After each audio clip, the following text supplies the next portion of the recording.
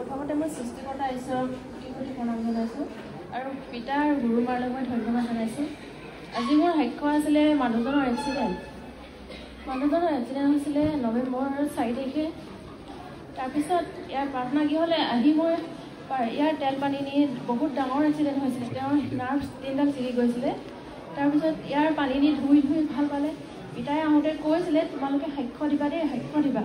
কিন্তু মই সেই কথাটো আওকাণ কৰি থৈছিলোঁ, কি সাক্ষ্য দিম জানো, এনেই এক্সিডেণ্টে হৈছিলে, ভাল পাইছে কাৰণ হ'লেও মই লঘোণ দিবলৈ যাম আৰু সেই বুলি ভাবি আছিলোঁ। তাৰপিছত আজি ৰাতিপুৱা 7টা বাজিবলৈ হৈছে, তেনেকুৱা মানে এনেকুৱা সপোন দেখুৱাইছে নহয়। মই এডোখৰ জেগাত কাপোৰ মেলি থৈ আহিলোঁগৈ, তাৰপৰা অকণমানি আন্ধা হৈ গৈছে কাপোৰখিনি আনিব যাওঁতে। সৰু ল'ৰা এটা লৈ গৈছোঁ আৰু কাষতে যাওঁ হ'ল, মোৰ ভয় লাগিব নহ'লে বোলো। কাপোৰখিনি মানে ডাংডালৰ পৰা তুলিবলৈ দিয়া নাই, এনেকৈ মানে জঁপিয়াই মানে একদম সাপৰ নিচিনাকৈ কুচিয়া এটা আহিছে নহয়, একদম বাওঁ ভৰিটোতে পাক মাৰি ধৰিছে। তাৰপৰা সেই প্ৰভু বুলি কৈছোঁ, তেতিয়া কৈছে প্ৰভুৰ নাম ল'ব জানিছোঁ বোলে, সাক্ষ্য কেলৈ দিয়া নাই বুলি কৈছে।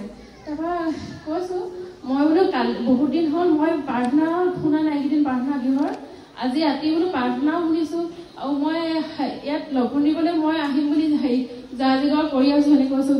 সেইটোৱে বোলে ঠিকেই আছে, কিন্তু সাক্ষ্য কেলৈ দিয়া নাই? মোৰ মানুহজনৰ এক্সিডেণ্টে হৈছিলে, সেনেকৈ একো হোৱা নাই যে, সেইটো কাৰণে সাক্ষ্য দিয়া নাই। বোলে মানুহজনৰ পাপৰ কাৰণে সেইটো বোলে এক্সিডেণ্ট হৈছিলে, তুমি বোলে ইমান ডাঙৰ ঘাঁহ শুকাই গৈছে, সাক্ষ্য দিবলৈ কেলৈ যোৱা নাই বোলে।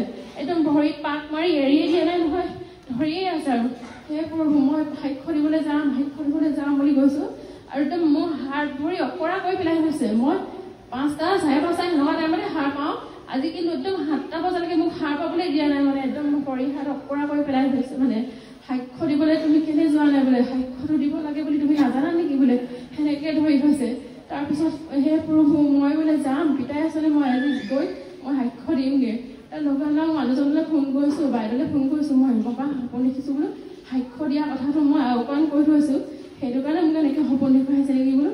তাৰপৰা আমি এনেও ইটো সপ্তাহত লঘোণ দিবলৈ আহিম বুলিয়ে আয়োজন কৰি আছিলোঁ, কিন্তু একদম যিটো সপোন দেখুৱাইছে নহয়, ভয়তে মানে মই ভয়ো খাইছোঁ আৰু ভালো লাগিছে যে পিতাই সঁচাকৈ মই ভুল এটা কৰিছিলোঁ ন, সাক্ষ্য দিব লাগিছিলে। আৰু আমি ইয়াত আহোঁতেও পিতাই কৈ পঠিয়াইছে তোমালোকে সাক্ষ্য দিবা দেই, সাক্ষ্য দিবা। কিন্তু মই সেইষাৰ কথা যে মনলৈ অহাই নাই, মই যে সাক্ষ্য কি বুলিনো দিম বোলো, এনেই এক্সিডেণ্ট হৈছিলে আৰু ভাল পাইছেগৈ বোলো, সাক্ষ্য নিদিওঁ আৰু। কিন্তু আজি মোক সঁচাকৈ একদম পিতাই একদম ৰাতিপুৱা সময়তে ইমান ধুনীয়াকৈ আৰু যোগাৰো কৰি দিছে আহিবৰ কাৰণে। আমাৰ ঘৰ ভজুত হয়, আহিও এতিয়া টাইমতে পাই গৈছোঁহি আমি ইমান ধুনীয়াকৈ সুন্দৰকৈ। বহুত সঁচাকৈ পিতাইক মই একদম বহুত মনৰ পৰা ধন্যবাদ জনাইছোঁ যে ইমান ধুনীয়াকৈ তেওঁ আমাক একদম মানে আৰু মানুহজন এতিয়া কাম কৰিব পৰা হৈ গৈছে। ডাক্তৰে কৈছিলে 2 মাহ দিন তুমি গাড়ী ষ্টাইং নধৰিবা বুলি, কিন্তু 2 মাহ হ'বলৈ নাপালে। তেওঁ গাড়ীত মানে মহৰি কৰি আছে, তথাপিতো এতিয়া এই 2 মাহ নহওঁতে তেওঁ গাড়ী ষ্টাইং ধৰিব পৰা হৈছে। আৰু মানে আমাৰ যিমানখিনি ধাৰ বা কি হৈ লাগি আছিলে সেইবিলাক দি মেলিও মানে আমি একদম বহুত ধুনীয়াকৈ মানে এতিয়া চলি থাকিব পৰা হৈছোঁ। মানে সেয়াই মোৰ আজি সাক্ষ্য আছিল।